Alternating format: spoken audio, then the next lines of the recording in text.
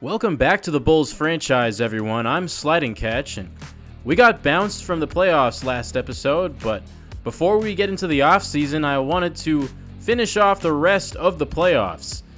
Lakers and Clippers in a crucial Game 6 for a chance to go to the Western Conference Finals. It's going to be a close one, as AD elbows Kawhi out of the way for the finish. Clippers looking to come back after falling down 3-1 to a LeBron-less Laker team. James Harden with the slam off the Zubac's assist.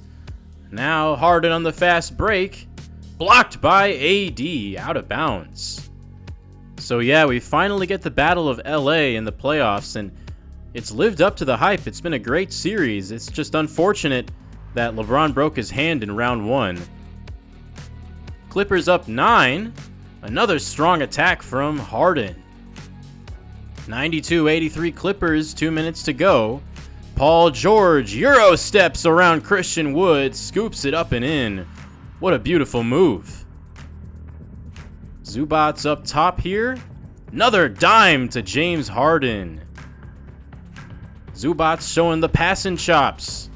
And that is going to seal the win for the Clippers. They force a Game 7. It was a defensive battle, as both teams are very good on defense, as Paul George leads his team to the win, and the two big lineup of Davis and Wood played well but couldn't make up for the deficiencies of the guard play.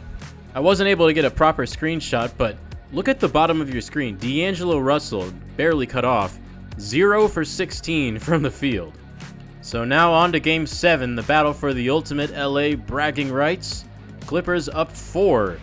Late in this one, Russell Westbrook gets up high and dunks on AD, his former teammate. Maybe a bit of a revenge game or a revenge series in the cards for Russ. Nice long post hook from Anthony Davis. 6-point game. We've got a lot of basketball left to play. Westbrook pulling up from mid-range, banking it off the glass, turning back the clock. Cam Reddish nails the 3 off the AD assist. And this one might go down to the wire. Davis spins and slams it down, hangs on the rim for good measure. And it's down to a one-possession game. Paul George finds Mason Plumlee, who's denied by Christian Wood. Now Taurean Prince up to D'Angelo Russell. Nice pass to Reddish. This one's shaping up to be quite a bit more high scoring than the last, as AD gets free and brings the thunder. Halfway through this fourth quarter, still a one-possession game. You'd have to imagine a lot of celebrities in the house for this one, as D'Lo ties it up, trying to make up for his clunker in Game 6, as Paul George answers to give the Clippers the lead back. He's got 21. Now George attacking Prince, finishing off the glass. D'Angelo Russell, pull up 3, never losing confidence. Ties the game up again. Leonard gets his own rebound, out to Norman Powell for a triple. Back and forth we go. 3 minutes 45 to go. All the way goes Anthony Davis. Leonard with a nice dish to Russell Westbrook as he continues his nice quarter. And his replacement, another Russell, finds AD for a pull-up from the free throw line. Now Davis trying to pull up again. That one's no good. Reddish hustles for the offensive board and hits the free throws to put the Lakers on top. What a game for Cam Reddish. He's got 19 points right now. Davis almost lost the ball. Now tried to get around Zubac, and he said, "Not in my house."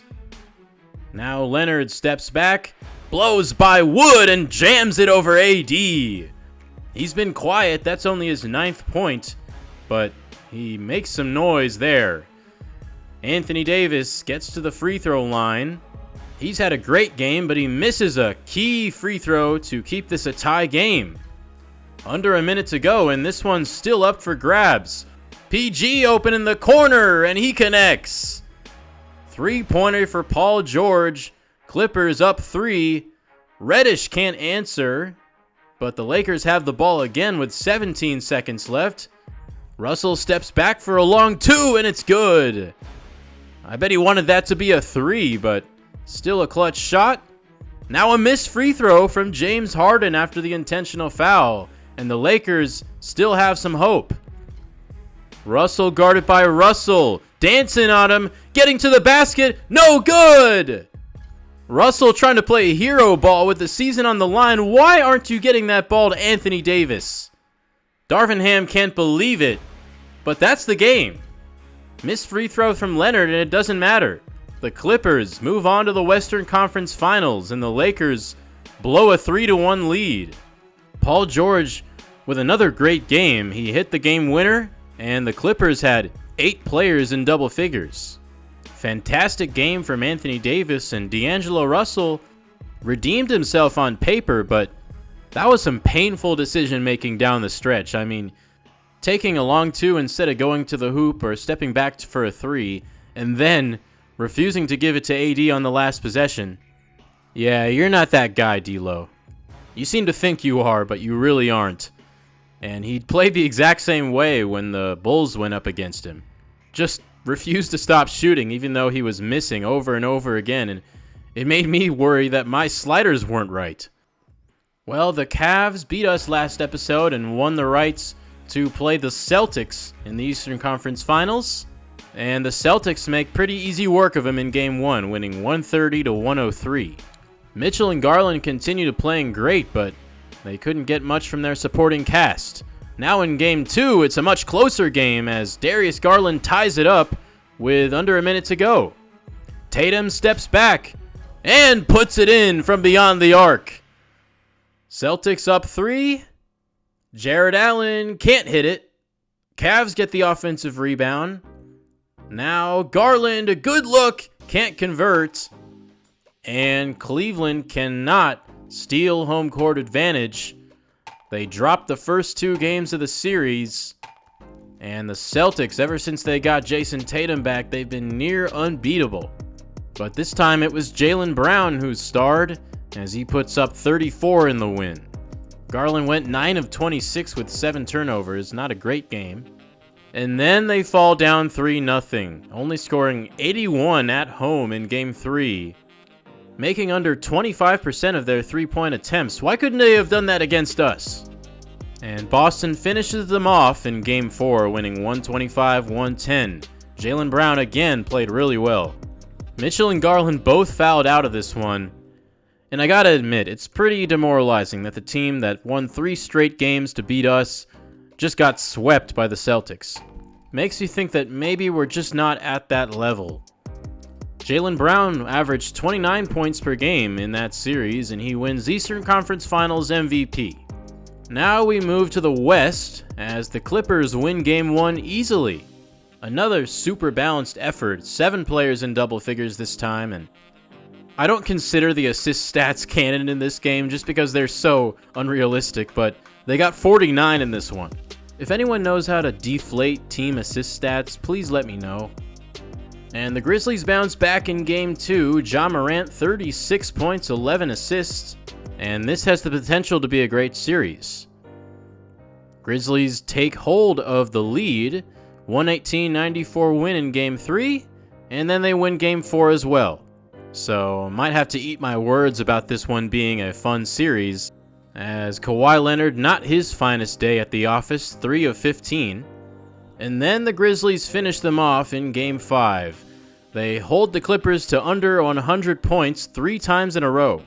And Ja Morant, of course, wins Western Conference Finals MVP. What a series it was for him. 33, 7, and 9 averages on 60% shooting. So it's Celtics Grizzlies in the 2024 Finals, and the Grizzlies looking for championship number 1, the Celtics looking for number 18. Marcus Smart back in Boston, and he's rim stuffed, trying to get a poster dunk on the first possession of the finals. Now Jaylen Brown for 3 to get the Celtics on the board. Fast forward to the 4th quarter, and the Celtics are down at home. Jason Tatum cuts into the 10-point lead. Now Morant speeds to the rim for a 2-hand jam. Tatum, good again for 3. 6-point game. And the Celtics, living or dying by the 3, Steven Adams showing the range with that post fade. Now Tatum to Brogdon. Open three is good. Such a dangerous shooting lineup the Celtics have, as Brogdon has 33 points. Ja leaving the crowd in awe. Getting the and one on Brogdon, but not converting the free throw.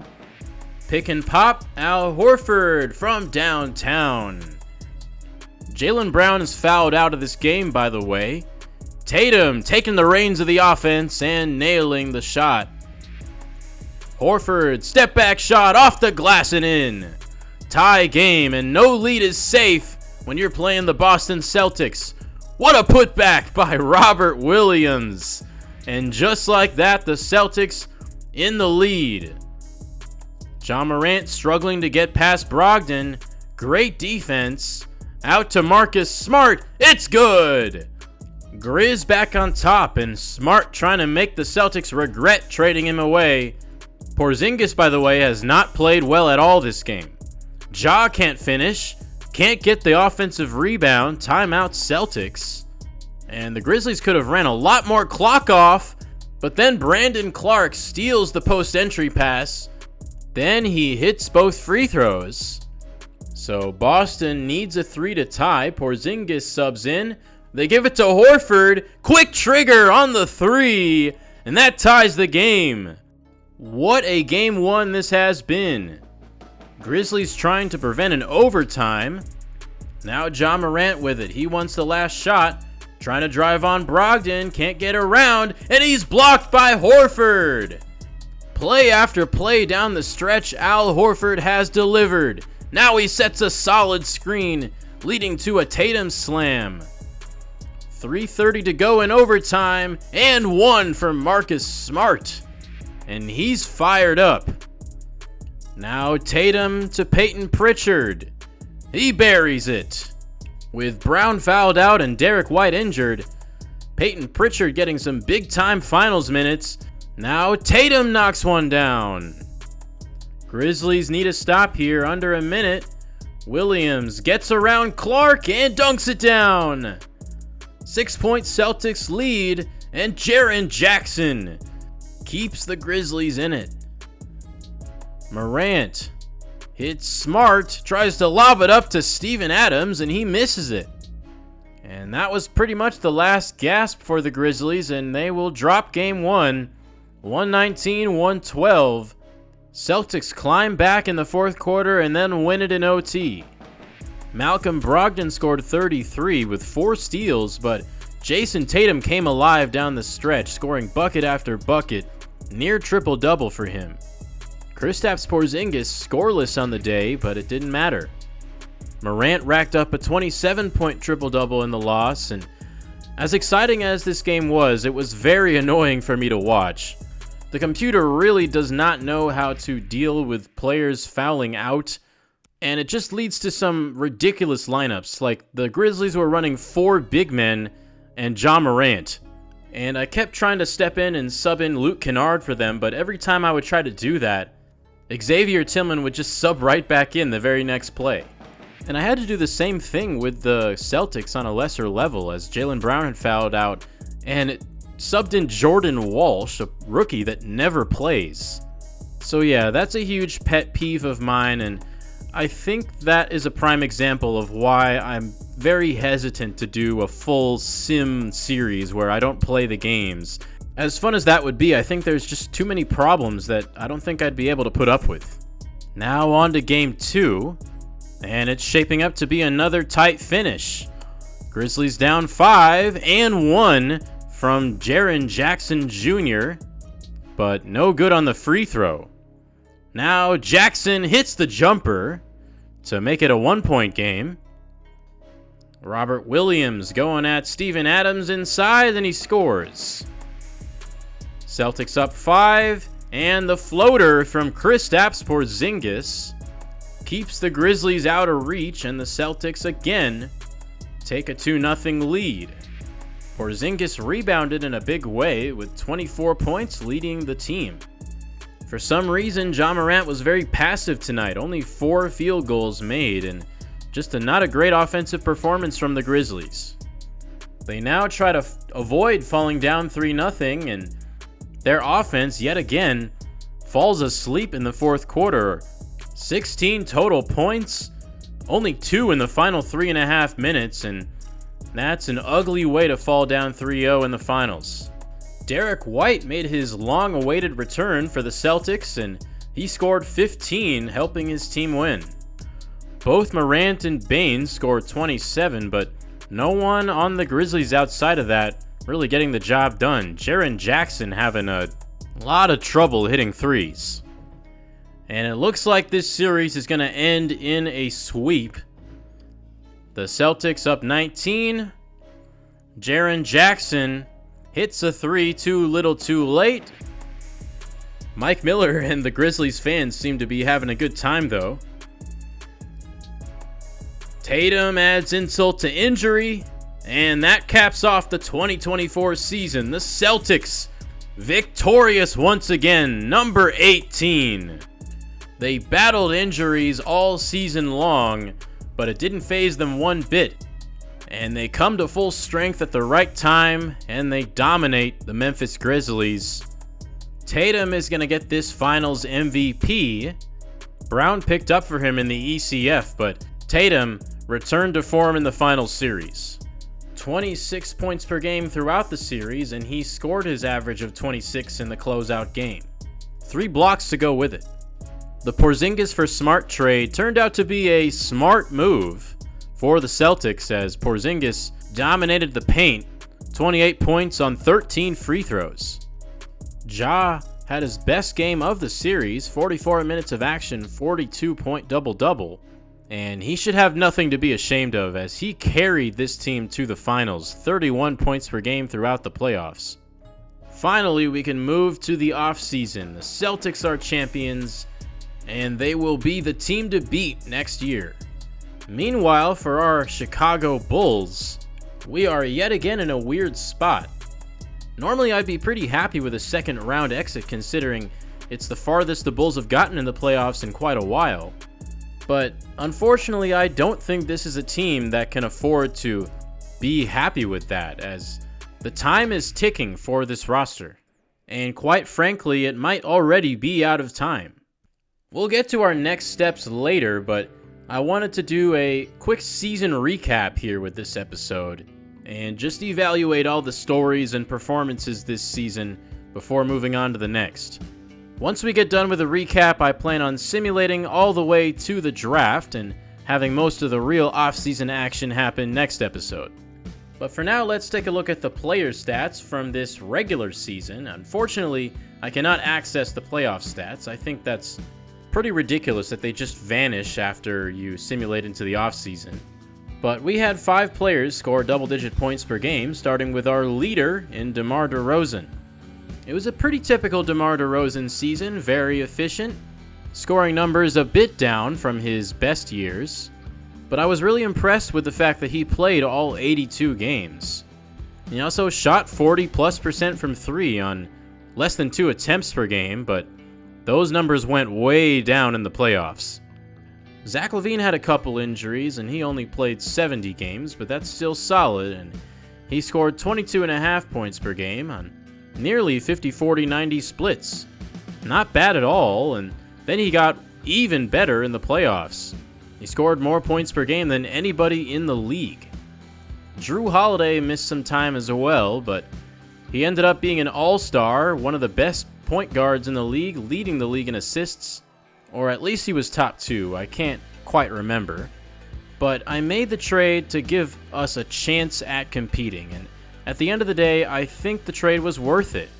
We gave up a lot, including Lonzo Ball, but I don't think we gave up too much, only 1 first-round pick. He's got a $35+ million player option that will be interesting to see if he accepts or not, but we'll get into that more later. Overall, it was really fun playing with Drew Holiday at the point. He was a great passer, and I think he really replaced the defensive intensity that Lonzo Ball brought to this team, as 1.8 steals per game is quite a bit.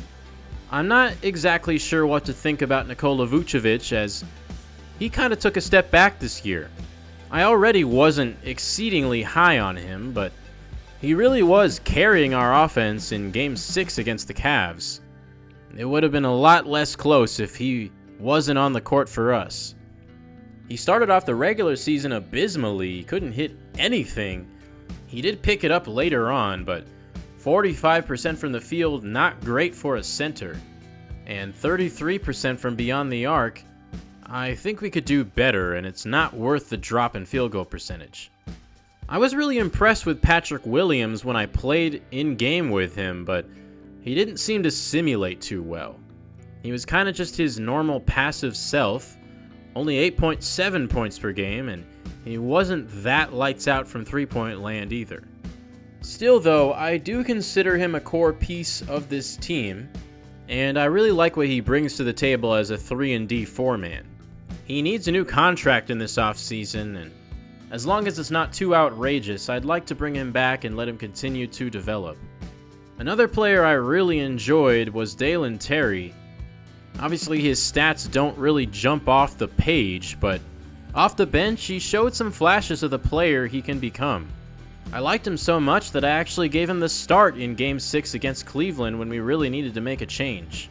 He just has such a long wingspan, and he just makes so many impact plays on defense, and he's super athletic and can playmake on the offensive end. So I really value his skill set, and as long as he's around, I'm gonna continue to put my faith in him. Ayo Dosunmu also showed some flashes, but I was really hoping for him to be better, considering he had already been on the team for a couple years. He scored more points than he did in years past, but his field goal percentage went down. I'm willing to give him a little bit more time, but I am willing to trade him away if the option presents itself. He was definitely forced to play a little bit more minutes than I would have preferred him to play, considering Kobe White got injured pretty early into the year. We signed Hamidou Diallo out of free agency at the trade deadline. I never quite figured out how to play with him, but he ended up simulating very well. So he might be looking for more money this offseason. Not sure I'm ready to give that to a player that I haven't figured out how to play with yet. But I'm still happy with the overall return we got from the $4 million we spent on him. This guy's a favorite of mine, Marko Simonovic. Not great stats, but just always seemed to be in the right place at the right time when we were playing games. He just ran the floor so hard, and occasionally he could make a three. Definitely wouldn't mind keeping him at the end of my bench if possible. Torrey Craig started all but one playoff game after starting 0 regular season games. So kind of an unconventional season for him, and overall kind of a disappointing one. I was really only starting him because I had to, and he did not have the best regular season, shooting only 40% from the field. That's below his career averages, and despite his player archetype being a stretch 4, he was ice cold from beyond the arc in the playoffs.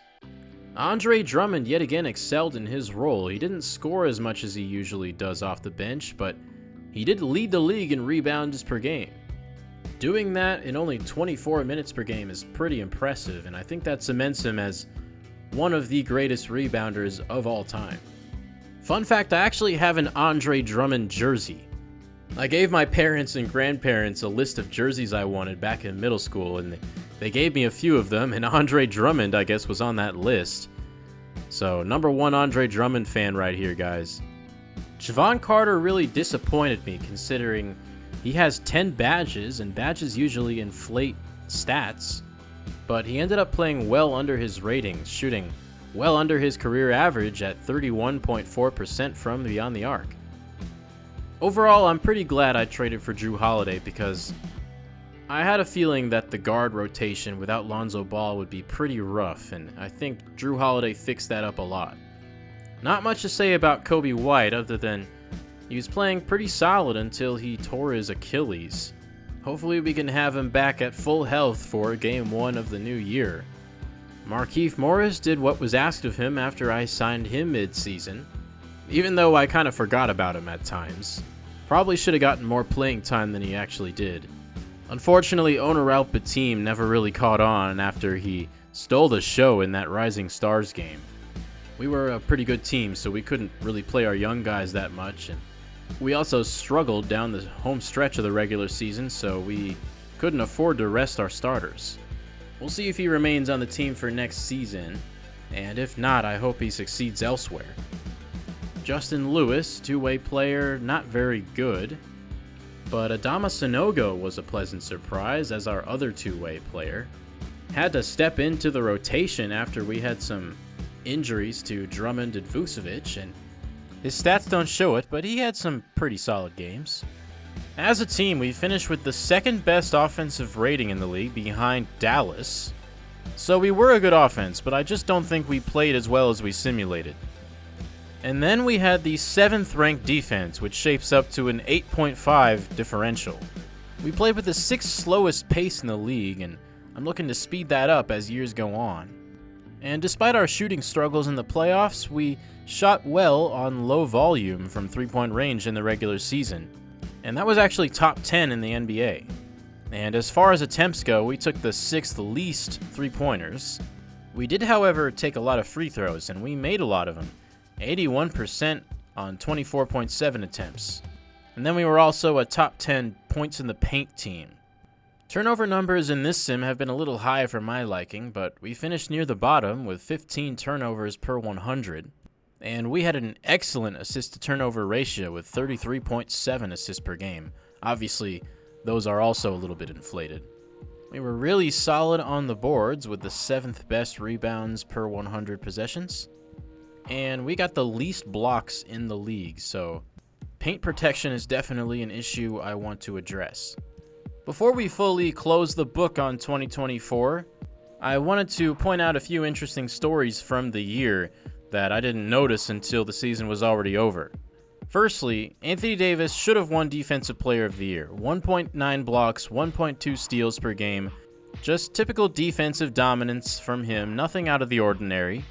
And he hasn't won a DPOY yet in his career. I think it would be a shame if he had to retire without one.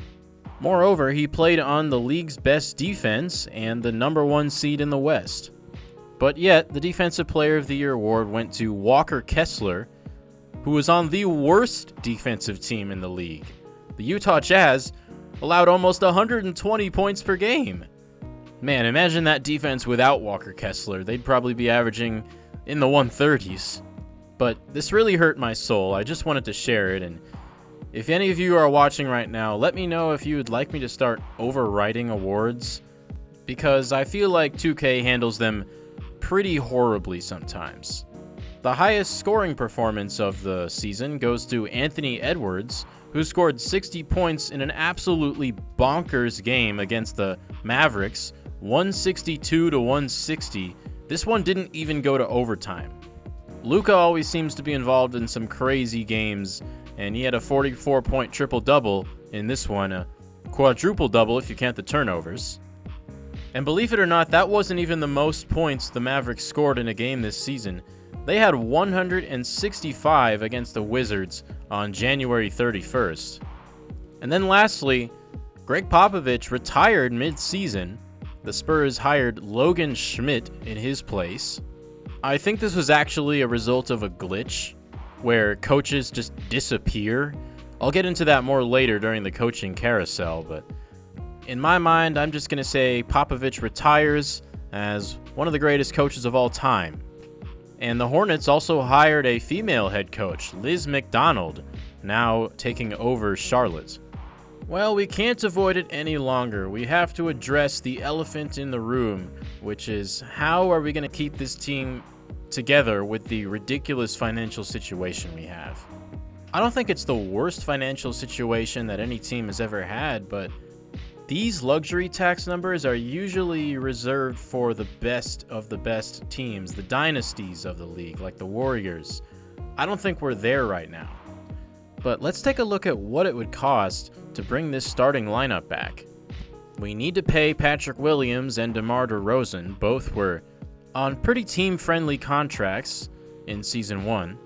But we won't have that luxury anymore. DeMar DeRozan wants $35 to $40 million a year, and I'm not sure what Patrick Williams is going to want, but the fact that he was a top 5 draft pick might inflate his asking price a little bit. On top of that, you already have a max player in Zach LaVine, And then Drew Holiday, if he accepts his player option, is going to be a near max player as well. I'm not sure why the cap hold for him says $55 million. It's not that high. It's going to be more like $36 million. And then Nikola Vucevic is going to be paid $20 million, which isn't bad, but when you add all that up, our big four is going to cost about $140 million. That's over the salary cap by themselves. That's just 4 players. I think the obvious option here is to offload Nikola Vucevic, get his contract out of the way so you can make way for Patrick Williams, and then maybe try to find a budget option in the free agent market or in the draft at the center position. But what are we going to do about these guards? I mean, if Holiday accepts his player option, we're going to have an over $110 million trio of guards and wings. So if we have to give one of them away, who should it be? Should it be LaVine, who's the highest paid of the 3, but also was our best playoff performer and is the youngest? Should it be DeMar DeRozan, who we would be losing for nothing if we just let someone else sign him in free agency? Unfortunately, sign-in trades are not a thing in 2K. Or should it be Drew Holiday, who almost single-handedly catapulted us from a 9 seed to a 2 seed? I don't think this team would be the same without him.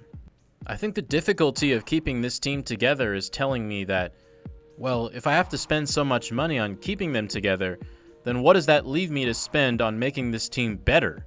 And I think the series against Cleveland showed that we have some glaring weaknesses that need addressing. I made the Drew Holiday trade as an all-or-nothing move, and I wanted to see if this core could really get the job done, and they came decently close, but they didn't get the job done. So as tough as it is to think about blowing this team up after such a good season, I think that might be what needs to happen.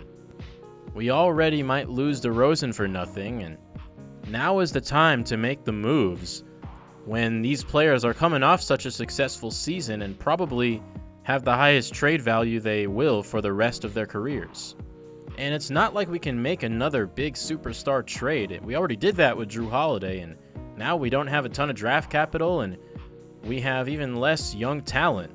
So it'll be really hard to put together a package that would entice any team that owns a superstar. So that's pretty much where my head's at going into the offseason. And again, if you have any feedback for me, please leave it in the comments. We head into the first stage of the offseason, which is player retirements, and LeBron James thinking about calling it quits after year 21.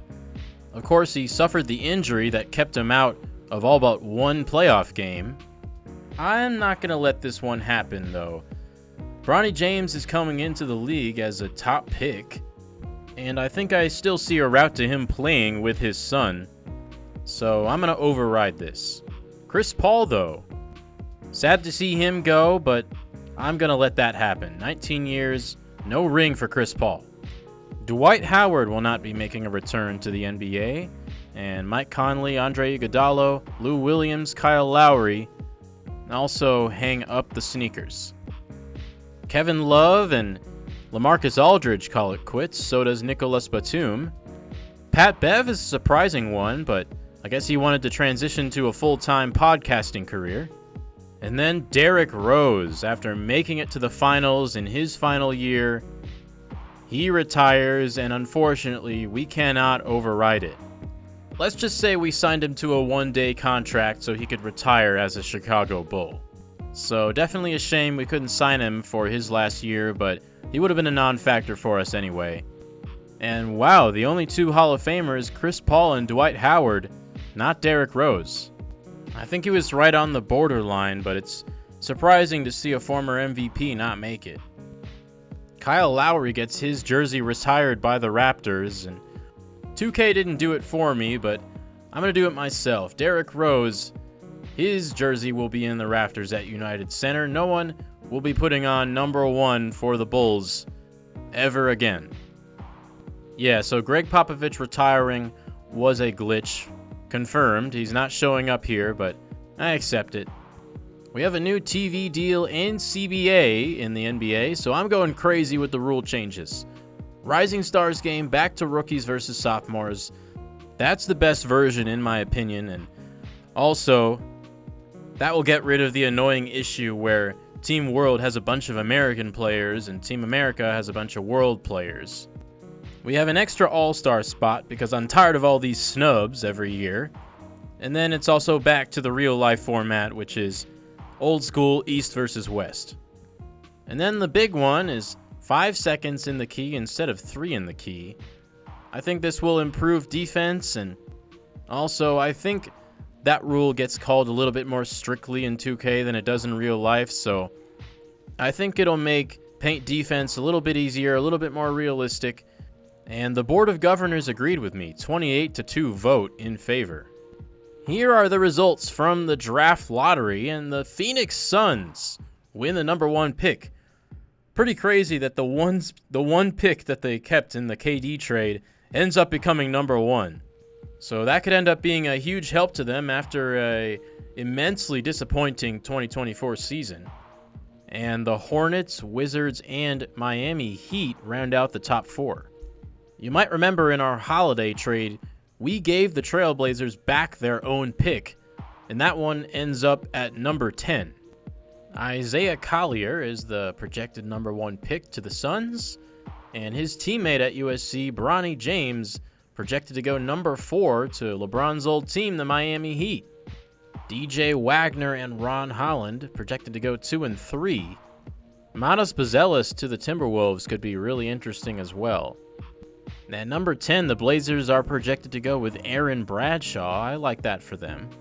If we had kept that pick, we likely would have had a choice between him and some other draft darlings of mine, and Cody Williams and Kyle Filipowski. Tyrese Proctor as well, all of those projected to go at the end of the lottery. And then we pick all the way down at number 29, where we are mocked to pick Isan Almansa, power forward from Spain. I don't really like his game, probably not going to see me pick him. We head now to the coaching carousel, and after a disappointing season, the Bucks are going to fire Adrian Griffin, and then the Phoenix Suns will follow suit with their own coach in Frank Vogel. I didn't realize this, but Billy Donovan's contract was expiring, and this ended up being a huge headache for me to deal with throughout this period. Remember the glitch I was talking about where coaches disappear? Yeah, that happened for like 6 coaches, and Billy Donovan was one of them. I read online and I found a Reddit thread that said that the game kind of goes overboard with creating auto-generated coaches, and oftentimes it creates so many that real coaches get booted because for some reason the game can only handle so many coaches in their system. So yeah, please fix that, 2K. And my Band-Aid fix was to just recreate all the coaches from scratch, try to find the most accurate face, and give them back all their coaching styles and attributes. I was pretty happy with Billy Donovan's performance last season, and I wanted to bring him back with an extension. And another annoying thing is, glitch or not, coach extensions are not a thing in 2K. You have to let them basically hit the open market and then re-sign them while competing against other teams. And then the glitch didn't even allow me to do that. So here's my recreated Billy Donovan signed to a 4-year, $24 million extension. I tried to find an accurate face scan, but I also didn't feel like looking through the hundreds and hundreds of them, so just gonna have to settle for that one. Maybe let's say he got some plastic surgery. He looks a little younger, refreshed and rejuvenated heading into another season. I also had to do the same thing with Mark Daigneault of the Oklahoma City Thunder, Taylor Jenkins of the Memphis Grizzlies, Jason Kidd of the Mavericks, and he looks a little older, and then the reigning champion coach Joe Mazzulla of the Celtics.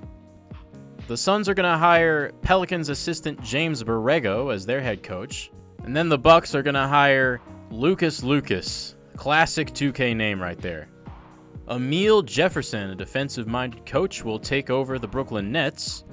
Jacques Vaughn was actually one of the coaches that vanished, but I'm just going to say they fired him, because I don't think he's that great of a coach.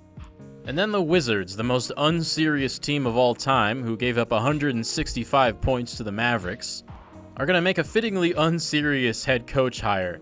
Say goodbye to Wes Unseld Jr., hello to God Sham God.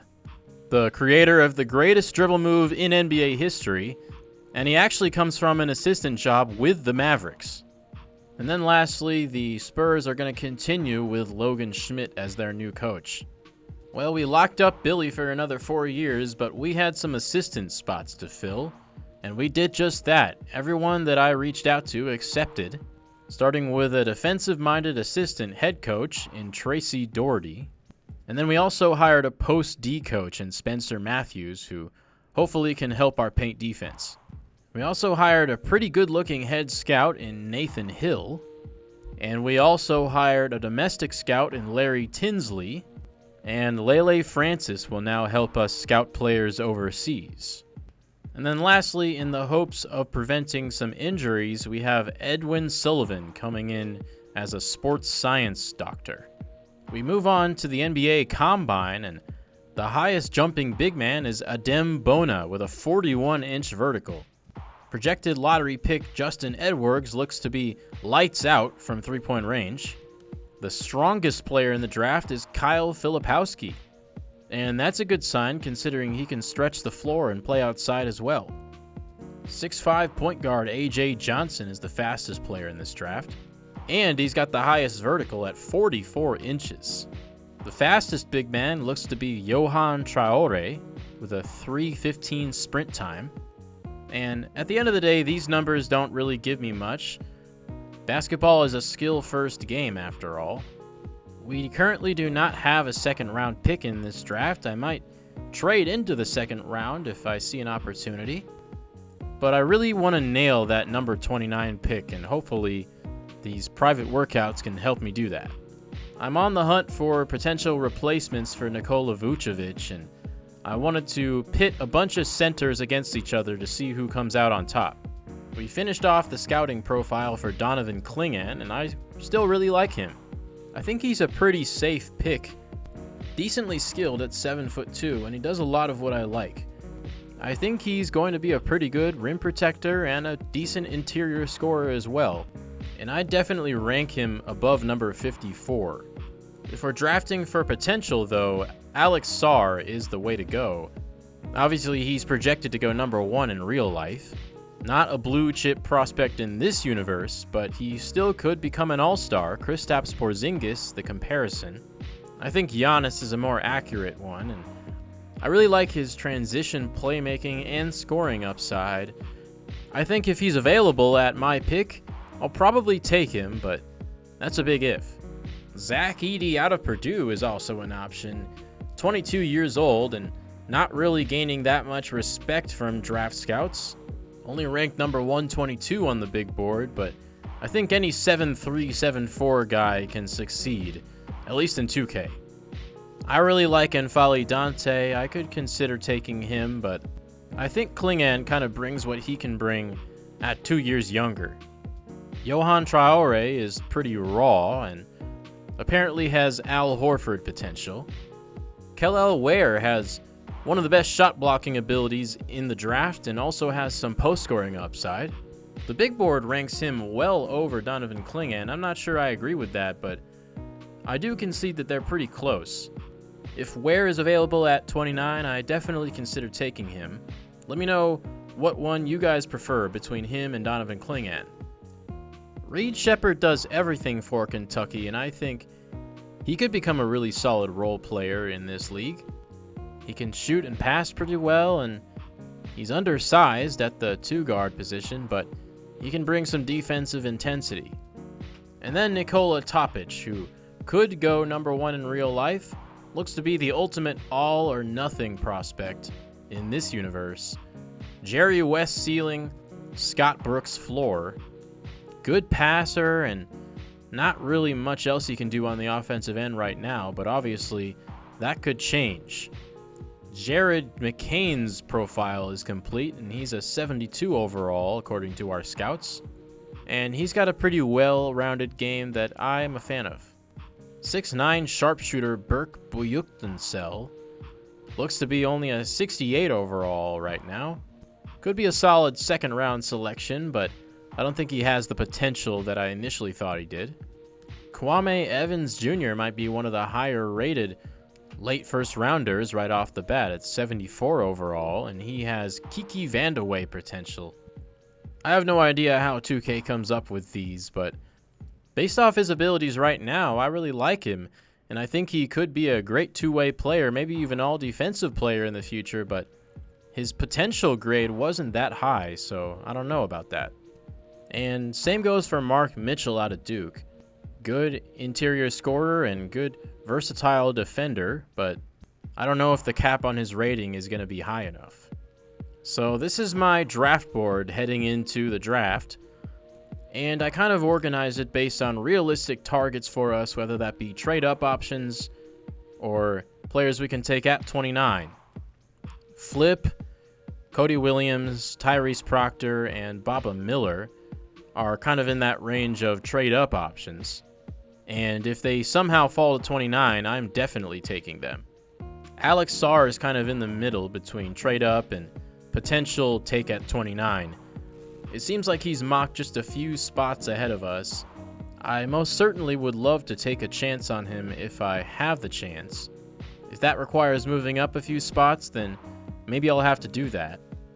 But I don't know if it's worth it when you have Donovan Clingan right under him, probably guaranteed to be available when we pick. And at 74 overall, he looks like probably a more complete player than Alex Sarr at this current moment. I didn't mention Adai Mara today, but he's also an option. One rating better than Donovan Clingan apparently, and he looks to have a better offensive game, maybe a little bit worse of a defensive game. Then below them, I have Kel'el Ware and Kwame Evans, and then a bunch of guards that I probably won't end up taking, but still like nonetheless. Terrence Shannon, Mookie Cook, London Johnson, Aiden Mahaney, Reed Shepard. Yeah, now we're getting into the range of players maybe we could trade into the second round to take. We have Dylan Mitchell, Omaha Bilyu, Nikola Topic. Topic is definitely intriguing me, but I want to take at least one safe prospect. I don't want both of my draft picks to be busts this year. And I'm also going to prioritize big men, considering we already have some young guards in Kobe White and Ayo Dosunmu. And besides Patrick Williams, we don't really have any young big men that have upside. As far as guards go, I don't have AJ Johnson very high, even though he absolutely killed the combine, because I have not scouted him very much. And also, I don't really think his potential rating is that high. We have officially traded into the second round. We will be sending Javon Carter to the 76ers, who are willing to give up 2 second-round picks to acquire him. Carter didn't have a great season with us, but the Sixers need some more guard depth, and they're going to take a chance on Carter, who had a really good season off the bench for the Milwaukee Bucks prior to joining us. So that'll give us a chance to take one of the potential sleepers that I just discussed. Okay, so none of these trades that I'm about to show are final. None of them actually happened, but I decided if I'm going to blow up this team, I would at least see if I can get some draft capital in this upcoming draft. And I really didn't have too much success. We don't really have that many players eligible to trade right now. It's really just Levine, Dosunmu, Carter, which we already traded away, and Nikola Vucevic.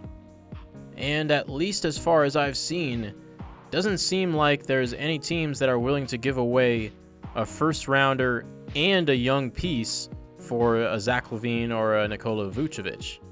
I tried reaching out to the Houston Rockets. That didn't work.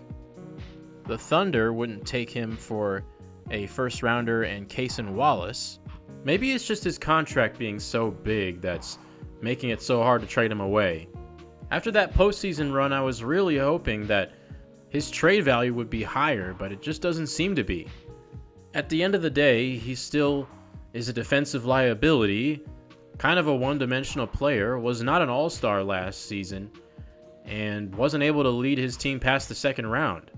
Kind of a harsh judgment if you ask me, considering he just averaged 35 points per game, but I'm not the one making that judgment, it's the rest of the league. I think Zach LaVine would be a perfect player to replace someone like Josh Giddey in the starting lineup for the Thunder, but if it's this hard to find a good package to trade him for on draft day, I'm probably best off waiting until the free agency period to trade him away. because I think by that time we'll have a better idea of who we can trade for. The New York Knicks could be a potential suitor for Nikola Vucevic, as they showed up in the trade finder when I put him in there. I did consider this one, but I didn't really want to give away Ayo Dosunmu along with him. And plus, the Knicks were maintaining that we have to trade up. We have to trade away our own pick, and we really wouldn't be trading up that many spots. The Knicks are at number 23. The Warriors might also be looking for a starting caliber center to extend their title window, and this would have been a good package, but unfortunately, I couldn't get them to accept it.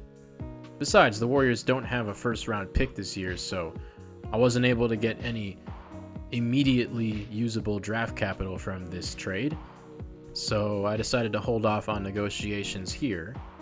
The Mavericks always are in need of a big man, and this one might be realistic as they have some pretty high interest in him.